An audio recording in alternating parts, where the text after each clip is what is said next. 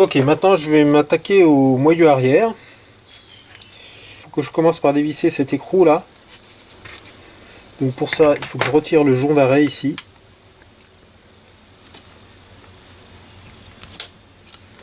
Alors, le jonc est maintenu dans un trou qui traverse à la fois l'écrou et le moyeu. Là, donc maintenant, il faut que je dévisse cet écrou. Donc là, il y a une petite astuce à connaître. Le moyeu gauche a un écrou avec un pas à gauche et le moyeu droit a un écrou avec un pas à droite. Là, il y a un petit G qui indique pas à gauche. Donc faut pas se tromper quand on remonte les moyeux, faut bien le mettre à gauche sur la voiture. Donc avec ma fidèle Knipex, je vais dévisser l'écrou. Alors, pas à gauche. Pour dévisser, il faut que je serre dans le sens habituel. Voilà.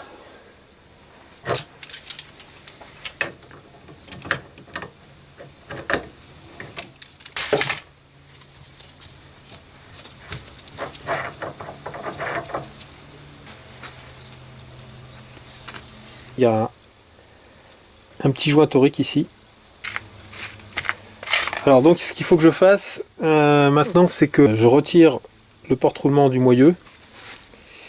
Alors là par contre j'ai pas de rebord comme pour le moyeu avant pour utiliser un extracteur, ou là il faudrait que j'ai un extracteur à 2 griffes, mais j'en ai pas.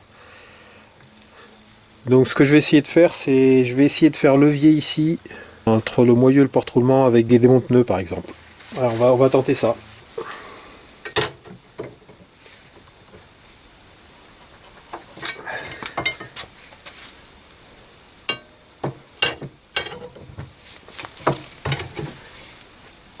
Me mettre plus ou moins en face, c'est pas évident hein.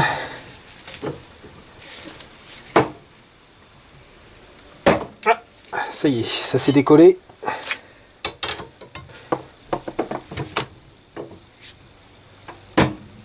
Voilà, petit à petit.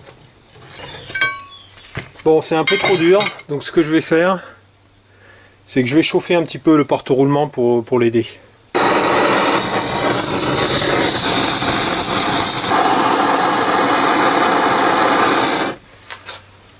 Voilà, j'ai pas chauffé longtemps, à peine 2 minutes, on va voir ce que ça donne.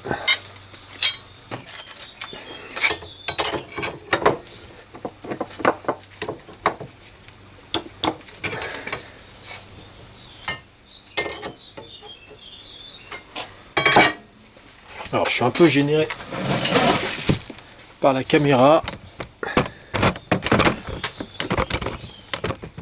Voilà.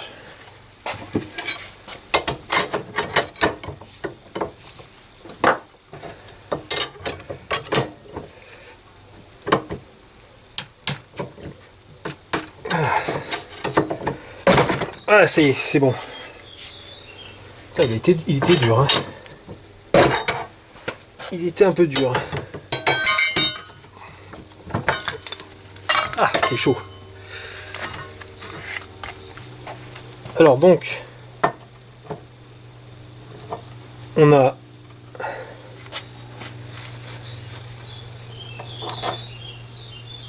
ce roulement là intérieur, une cale de réglage. Donc là maintenant je vais extraire le roulement. Alors il y a le roulement et le joint spi là, la bague d'étanchéité. Donc je vais essayer de sortir les deux en même temps. Bon, l'extracteur que j'ai ne va pas parce que ces griffes sont trop épaisses, je peux pas les passer par dessous. Donc ce que je vais essayer, c'est je vais encore essayer avec les démonte-pneus. Donc là je risque de détruire la bague d'étanchéité, là le joint spi, mais bon c'est pas très grave, de toute façon je vais le changer.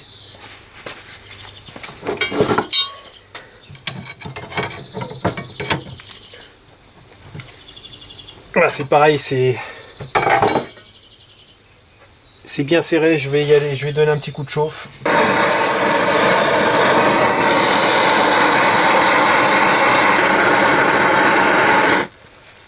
Bon là j'ai fait une petite minute, je vois que La graisse commence à bouillir, je vais pas aller plus. On va voir ce que ça donne.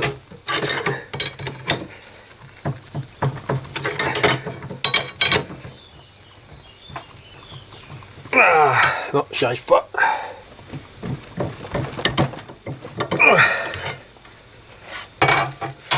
Non, bah là il va falloir que j'utilise un extracteur. Il va falloir que j'achète un autre extracteur, je vais voir ce que je peux trouver. Mais là ça sert à rien. Là je suis en train de forcer pour rien. Ok, bon, j'ai commandé ce coffret d'extracteur de roulement sur internet. Bon, c'est de la chinoiserie hein, bien sûr, mais on va voir, ça va sûrement faire le taf, enfin, j'espère. Donc je vais tenter d'extraire le roulement avec ça. En plus ce coffret, je pense qu'il me servira aussi pour la boîte de vitesse. Donc il fallait que je m'équipe de toute façon. Allez, on essaye. Ok, donc là je vais commencer par positionner la guillotine. Alors elle est vraiment, c'est vraiment limite. Hein. Sur le site, il disait que ça pouvait aller jusqu'à 75, le roulement fait 72. Donc là je suis quasiment au taquet. Alors je vais déjà retirer un côté complètement pour pouvoir le placer en dessous.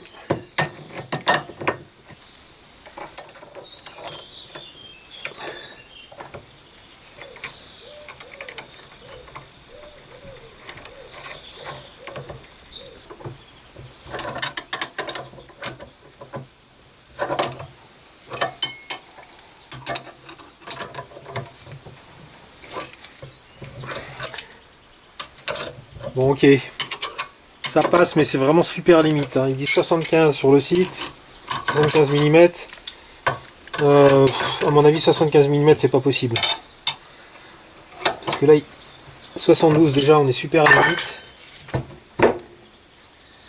Bon, je vais mettre les tiges.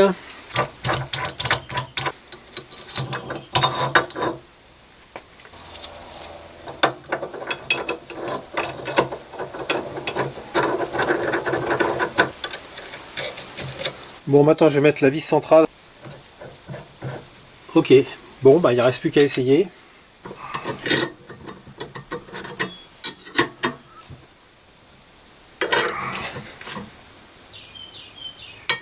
Ça veut pas venir, hein.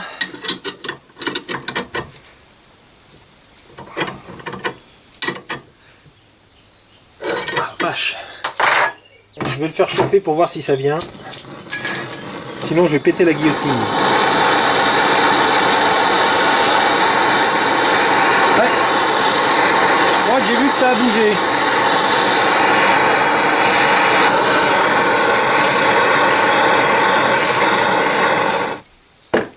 Il me semble l'avoir vu bouger. Donc je vais voir si ça...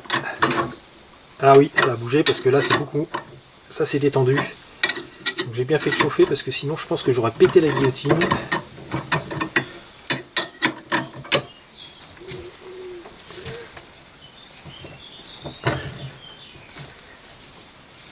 Non mais clairement là ça vient.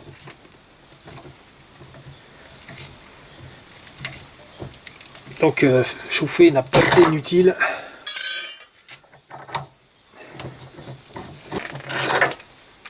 Alors voyons voir. Est-ce que ça s'est déformé? Non, a priori c'est bon.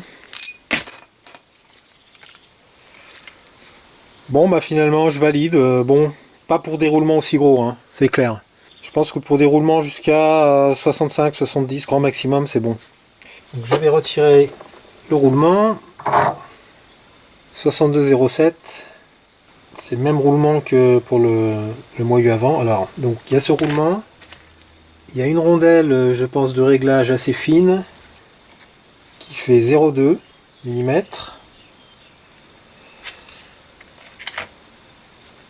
Donc, la bague d'étanchéité que j'ai bien déformée mais que je changerai. Et une autre rondelle de calage là, de réglage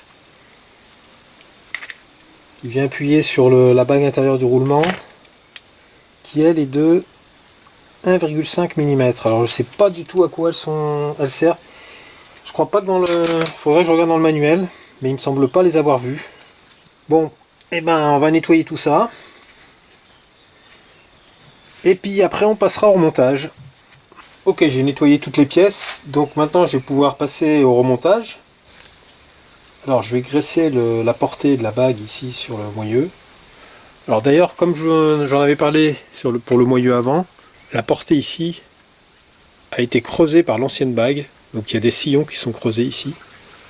Donc la bague d'étanchéité à 2 lèvres que je vais rajouter va pas être de trop, hein. Mais vous voyez que éventuellement il faudrait, pour avoir une étanchéité parfaite, il faudrait rectifier cette portée. D'ailleurs je pense que sur les Dyna Z1, il y avait un manchon qui pouvait être retiré sur ce moyeu pour justement le changer en cas d'usure. Donc je vais graisser légèrement la portée de la bague. Je vais graisser la bague elle-même aussi, à l'intérieur et à l'extérieur, pour qu'elle rentre facilement dans le boîtier de roulement. Alors, les nouveaux roulements que j'ai achetés sont des roulements étanches sur les 2 côtés.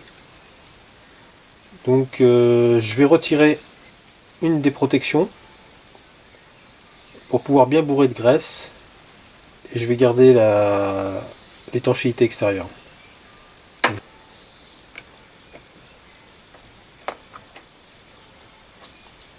Voilà. Voilà, je rajoute un peu de graisse. Mais de toute façon, je bourrerai de graisse le support de roulement.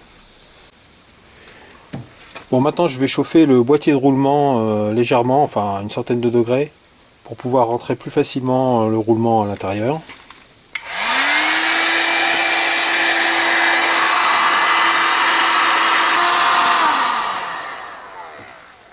Voilà, là ça devrait être bon.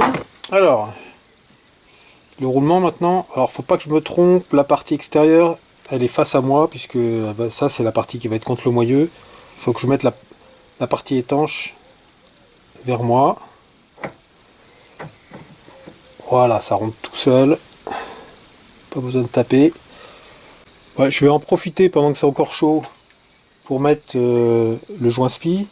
Donc ne pas oublier les 2 rondelles là, la rondelle extérieure et la rondelle intérieure. Alors le joint spi dans le bon sens.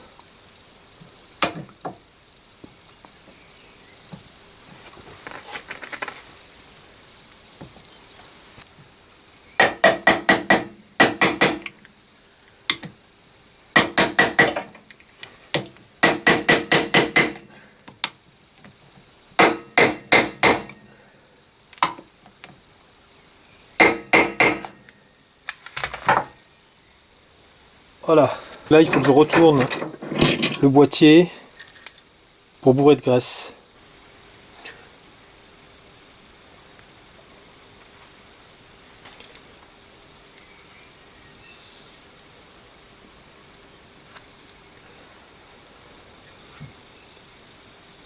Voilà, donc là maintenant je peux mettre le moyeu.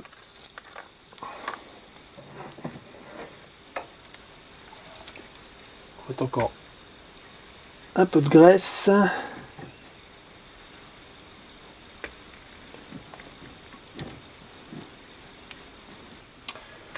Donc ensuite il y a cette rondelle que j'avais aussi au démontage, que je remets donc. Le roulement. Et donc maintenant je vais utiliser la vis pour enfoncer tout l'ensemble sur le moyeu. Donc là c'est le moyeu gauche. Donc il faut que je tourne à gauche pour visser. Voilà.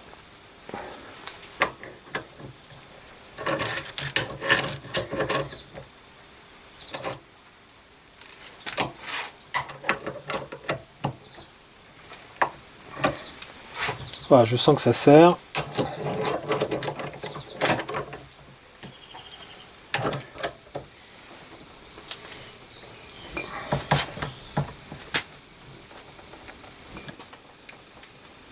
Ah, c'est quand même assez dur hein, à tourner. Faut y aller assez fort. Bon là j'arrive à fleur. Donc je dois pas être loin du trou pour mettre le jonc d'arrêt. Malheureusement j'ai pas repéré sur le moyeu où se trouvait le trou. Donc je vais dévisser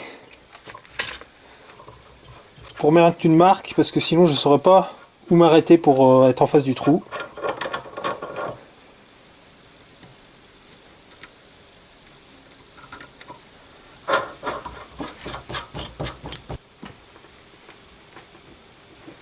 Ah ben je sens que c'est dur. Alors est-ce que je vais réussir à mettre... Ah je suis pas en face hein. Non là je peux pas mettre la goupille. Donc je crois que je commence à comprendre l'intérêt des rondelles de réglage. Bon, pour éviter d'avoir à redémonter le roulement, en fait, ce que je vais faire, c'est que je vais surfacer un petit peu la partie d'appui pour qu'elle puisse descendre un peu plus, parce qu'il me manque 1 centième, je pense. Donc je vais la passer au papier de verre. Et ça devrait suffire pour gagner le 20e de tour qui me manque pour accrocher le jonc d'arrêt.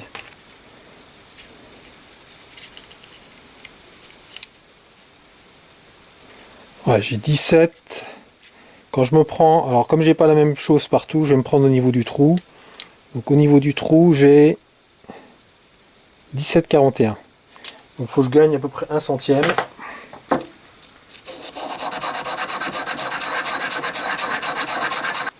Bon, je vais huiler un peu le papier de verre, je pense que ça va sûrement aider. En tout cas, ça fera quelque chose de plus homogène.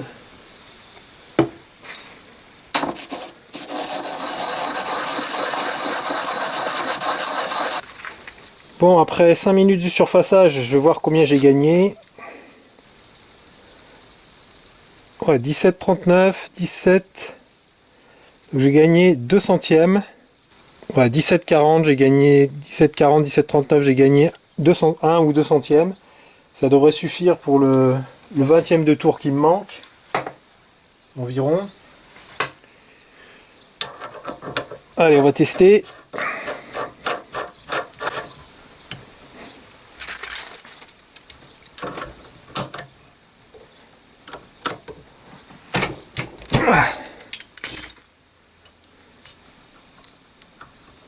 Je suis pas mal là. Hein.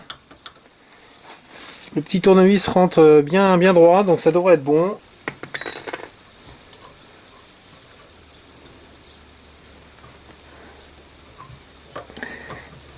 Ah, c'est bon, je pense que ça rentre là.